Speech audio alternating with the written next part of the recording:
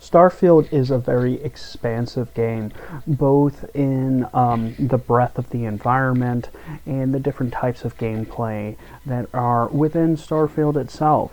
And because of this, it does have a rather complex user interface and also game mechanics. And one of the major drawbacks to this game is it doesn't overtly tell you how to use the user interface or how the gameplay mechanics actually in fact work. In this video, I'm going to go ahead and give you a couple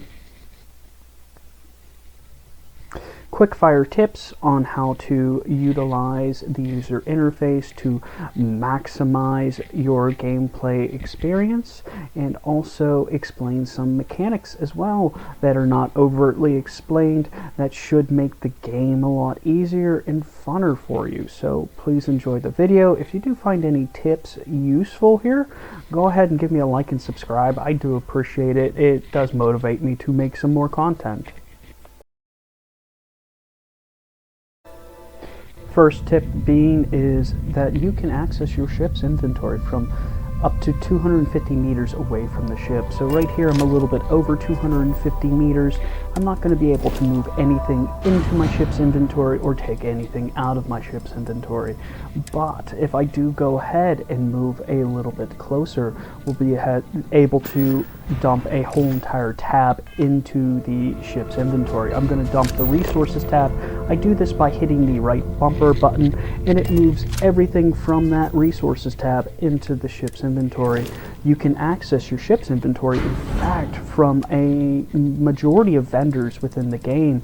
You can do this by hitting the right bumper twice, and it'll move from your inventory to the ship's inventory, and you can sell things to vendors directly out of your ship without pulling things in and out of your ship. Something that the game does not tell you, but is very important to know, is that the ... or the ellipses you'll see on planets is actually an indicator that there is a point of interest there that is visible from orbit. And this is important to know because you can find a lot of interesting points of interest this way, some of them even unique. Or if you're out and about and you are looking for a specific type of point of interest, you can easily check several different planets or moons without actually having to land on them. And this can save you a lot of time checking these points of interest from orbit instead of landing on a planet and looking for a specific point of interest, which can be an absolute needle in the haystack if you do it that method. So if you're having difficulty, say, finding the mining platform, this is a way to do it. You can go ahead and just check a bunch of places from orbit, and eventually you will find one.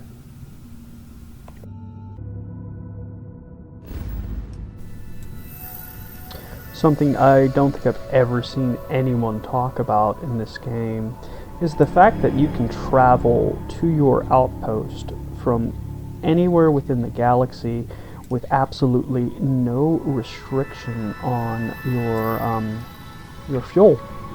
So no matter what ship you are flying, you can always travel to your outpost from anywhere.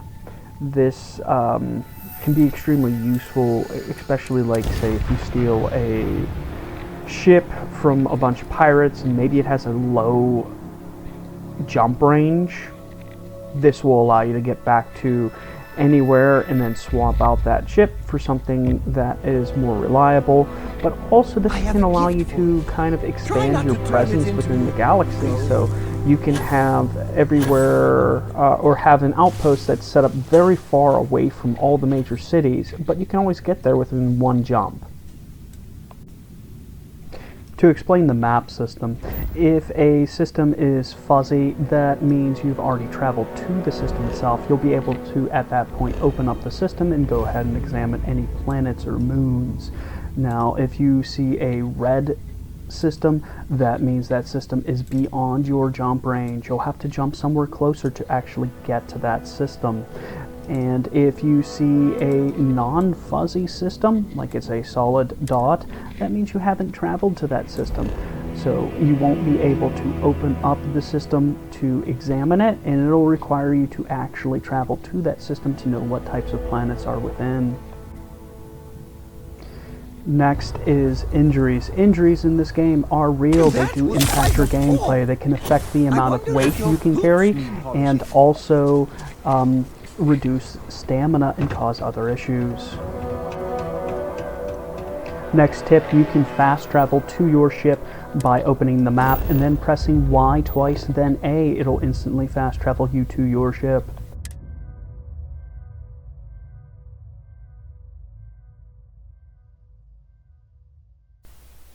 Captain, I think I found something useful. The next thing people do not talk about is that if you fast travel to your ship, it will in fact change the weather. Now, sometimes when you fast travel it and it resets the weather, it happens to get the same weather again. But if you just continue to fast travel to your ship, even if you're already located there, it'll go ahead and re-roll the weather. So if you land on a planet and it's freezing rain and you don't like it, go ahead and fast travel to your ship and change the weather.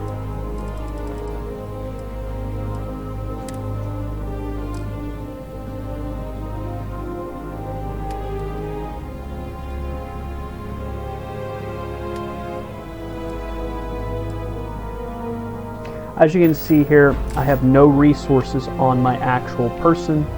All my resources are within the ship and also the outpost.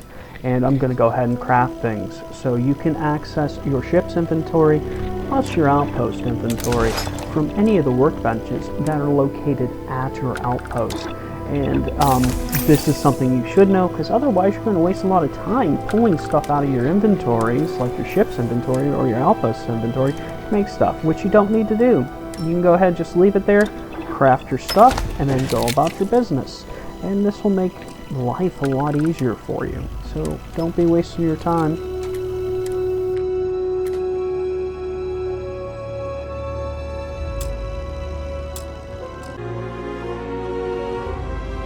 I try to keep your ship clean at all times.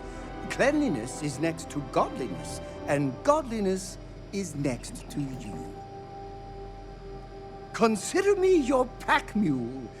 What sound does a mule One of the things that is not I'll overtly practice said it to you night in the and beginning of the game, or really anywhere, is that your companions are here to carry your burdens, and you can equip weapons and spacesuits to their inventory as well. You can do this with the Y button on Xbox. I'm not sure what it is on PC, and you can have very funny outcomes depending upon like what types of weapons you do equip to them.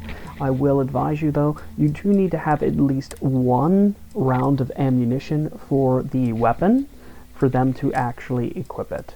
So things like grenade launchers, you can give them a negotiator, and that ammunition is relatively rare, so you only have to give them one of them, and they'll just be hammering out grenade rounds the entire time while you're in a firefight, which, I mean, give or take, you might find it fun, you might find it annoying, but I enjoy it when they have a grenade launcher.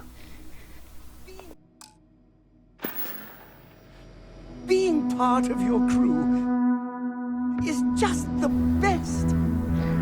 Next thing that is not really told to you in the game off the bat is bounties. So when you break laws within areas, you can get a bounty, and this can be paid off at any bounty service kiosk, which you can build directly at your outpost.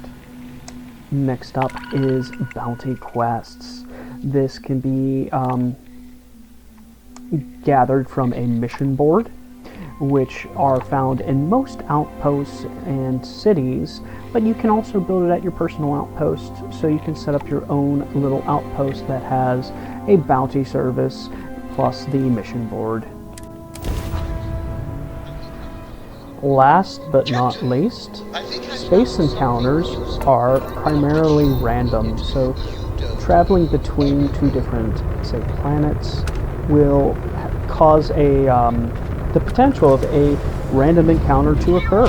So just traveling back and forth is enough to generate them. And also, space combat is not as difficult as people make it out to be, especially once you get turrets on your spaceship. Turrets make things a lot easier, though they do make it near impossible to steal ships, as they will continue to fire into the fleet and destroy ships.